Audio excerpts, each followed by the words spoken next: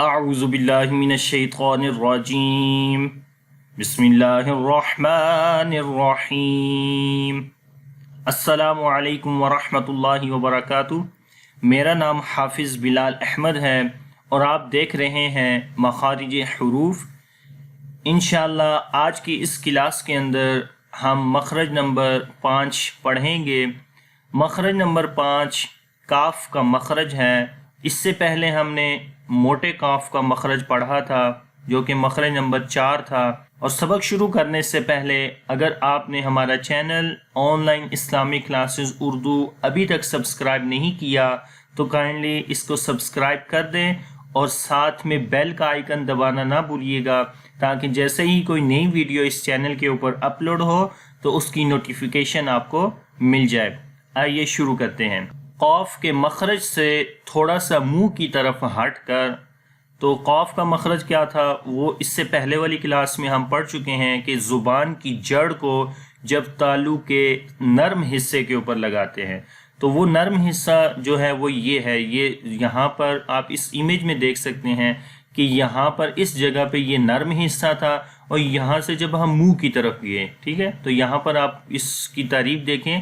قاف کے مخرج سے، قاف کا مخرج یہ ہوا زبان کی جڑ تالو کا نرم حصہ، تو قاف کے مخرج سے تھوڑا سا منہ کی طرف ہٹ کر، تو یہاں سے جب ہم تھوڑا سا آگے منہ کی طرف، کیونکہ یہاں پر اس طرف منہ ہے تو ایسے منہ کی طرف ہٹ کر تھوڑا سا زبان کی جڑ اور تالو کا سخت حصہ، تو یہاں پر بھی سیم زبان کی جڑ کو تالو کے سخت حصے، اس سے پہلے والا حصہ جو تھا وہ نرم تھا اور یہاں پر زبان کی جڑ کو تالو کے سخت حصے کے اوپر جب لگائیں گے تو کاف باریک والا ادا ہوگا۔ تو یہ کاف کا مخرج ہے، آسان ہے، کوشش کرنی ہے کہ اس کو اچھے طریقے سے جب بھی یہ حرف آئے اس کو یہاں سے پڑھنا ہے۔ تو پڑھتے ہیں، آپ نے میرے ساتھ پڑھنا ہے۔ کاف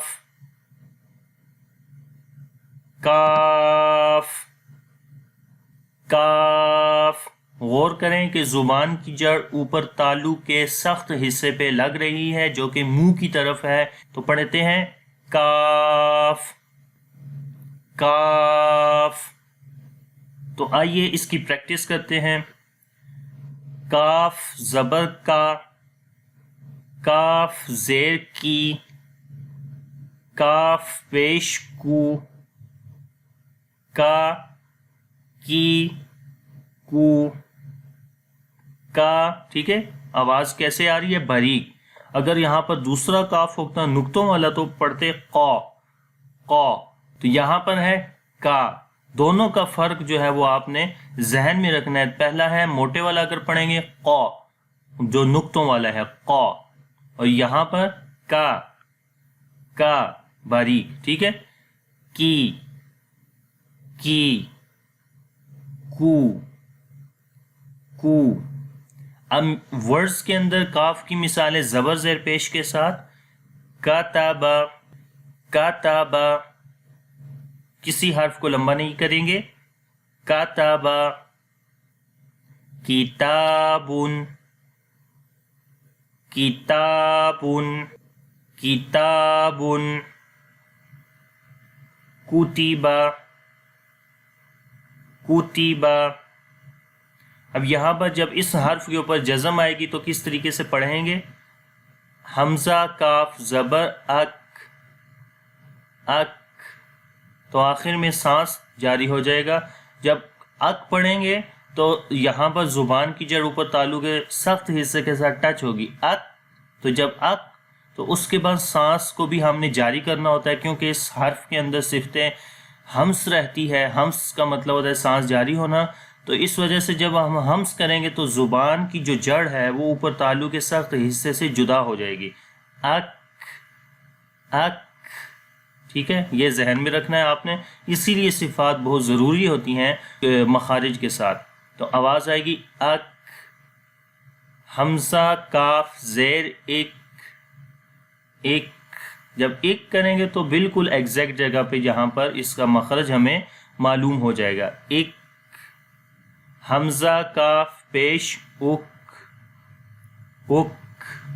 اب آگے کاف کی مثالیں جب کاف جزم کے ساتھ ورڈز کے اندر آتا ہے تو پڑھتے ہیں تک تکتمون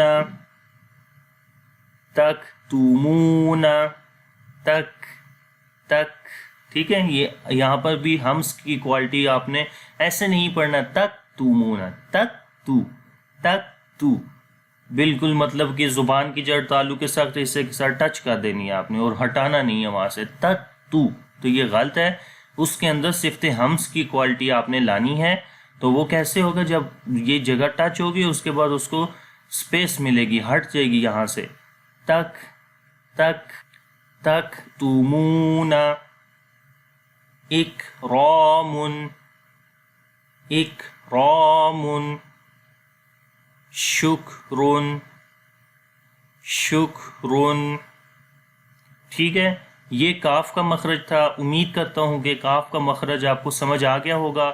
تو یہ مخارج جو ہوتے ہیں یہ زیادہ سے زیادہ پریکٹس کرنے سے آپ کو آئیں گے. تو کوشش کرنی ہے کہ زیادہ سے زیادہ اس کی پریکٹس کریں. جب قرآن پاک پڑھتے ہیں تو جہاں پر بھی کاف آئے گا وہاں پر آپ نے بڑے غور سے اس مخرج کو ذہن میں رکھ کر پڑھنا ہے. انشاءاللہ یہ حرف آپ کو جو ہے وہ اچھے سے آ جائے گا. تو امید کرتا ہوں کہ یہ سبق آپ کو اچھا لگا ہوگا. اگر آپ کو یہ سبق اچھا لگے تو اس کو لائک کریں، شیئر کریں اور ہمارے چینل کو سبسکرائب کرنا نہ بھولیے گا. انشاءاللہ اگلی ویڈیو میں حاضر ہوں گا مخرج نمبر 6 کے ساتھ. Stay tune. اللہ حافظ. السلام علیکم ورحمۃ اللہ وبرکاتہ.